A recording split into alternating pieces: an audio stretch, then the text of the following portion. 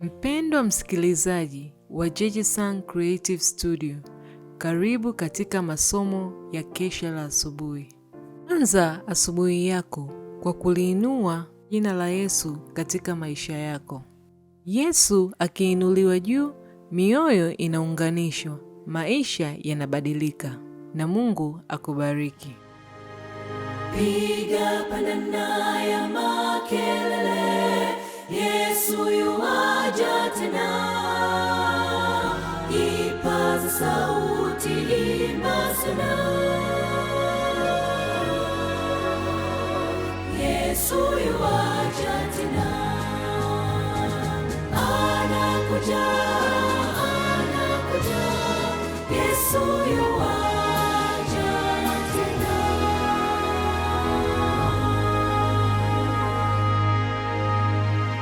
Ikiwa ni Disemba 29, somo linasema vazi la haki ya Kristo. Na tuombe. Mtakatifu Baba yeshe mbinguni, asante kwa kuwa pamoja nasi. Asante kwa siku nyingine uliyotupatia. Tunapoenda kutafakari maneno yako, tunaomba utufundishe sasa na mapenzi yako. Tunaomba kwa jina la mwanao mpendwa Yesu Kristo. Amina. Ufunuo 19 mstari wa 8 inasema, naye amepewa kuvikwa kitani nzuri, ing'arayo, safi, kwa maana kitani nzuri hiyo ni matendo ya haki ya watakatifu. Wale waaminifu wanaoomba ni kama wamefungwa pamoja na Mungu. Wao wenyewe ufahamu jinsi wanavyolindwa kwa usalama. Lakini macho yao yangefunguliwa, wangeweza kuwaona malaika wa Mungu walioweka kambi kuwazunguka. Kwa mng'ao na utukufu wao ufukuza jeshi la mwovu. Watu wa Mungu wanapoitesa mioyo yao mbele zake, wakisii kwa ajili ya usafi wa moyo, amri inatolewa, mvueni nguo hizi zenye uchafu. Kisha akamwambia yeye, tazama nimekuondolea uovu wako, nami nitakuvika mavazi yenye thamani nyingi.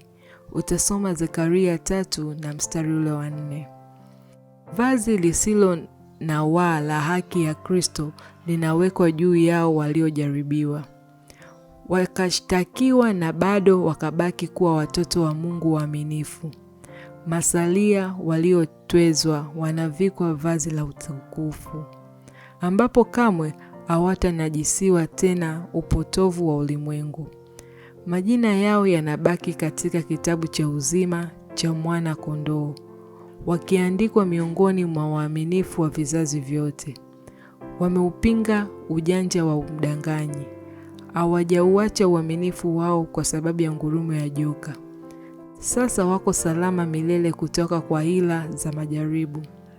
Dhambi zao zimehamishiwa kwa mwasisi wa dhambi, na masalio hawajasamehewa na kukubaliwa tu, bali wanaheshimiwa pia.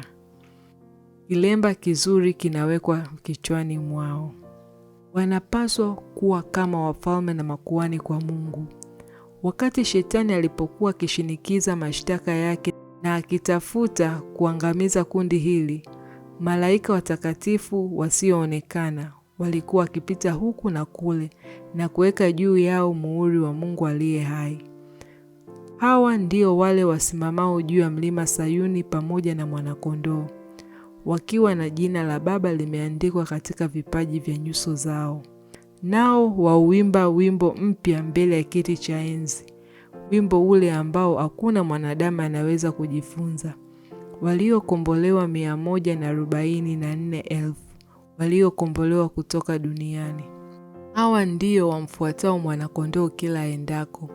Hawa wamenulia katika wanadamu malimbuko kwa Mungu na kwa mwanakondoo, na katika vinywa vyao haukuonekana uongo, maana hawana mawaa. Utasoma Ufunuo 14 mstari wa 4 na wa 5. Sasa unafikiwa utimilifu kamili wa yale maneno ya malaika. Sikiliza sasa, Yoshua, wewe na wenzako wakitio mbele yako, maana hawa ni watu walio ishara. Kwa maana tazama, ninamleta mtumishi wangu aitwaye Chipukizi. Utasoma Zekaria 3 mstari wa 8. Kristo anafunuliwa kama mkombozi na mwokozi wa watu wake. Hawa hasa ni masalio, watu walio ishara, kadiri ambavyo machozi na fedheha ya safari yao yanavyopisha furaha na heshima mbele ya Mungu na mwana kondoo. Siku hiyo chipukizi la Bwana litakuwa zuri, lenye utukufu, na matunda ya nchi yatakuwa mema sana na kupendeza. Tena itakuwa ya kwamba yeye aliyebaki katika Sayuni na yeye aliyeachwa ndani ya Yerusalemu ataitwa mtakatifu. Utasoma Isaya 4 mstari wa 2 na 3. Pia Testimonies for the Church, gombo la 5, ukurasa wa 475 na 476. Huu ndio mwisho wa somo lisemalo vazi la haki ya Kristo. Tuombe. Asante Baba kwa somo zuri utupatia, tuweze kulifanyia kazi katika maisha yetu. Tunaomba yote kwa jina la mwanao mpendwa Yesu Kristo. Amina. Anakuja, Yesu yu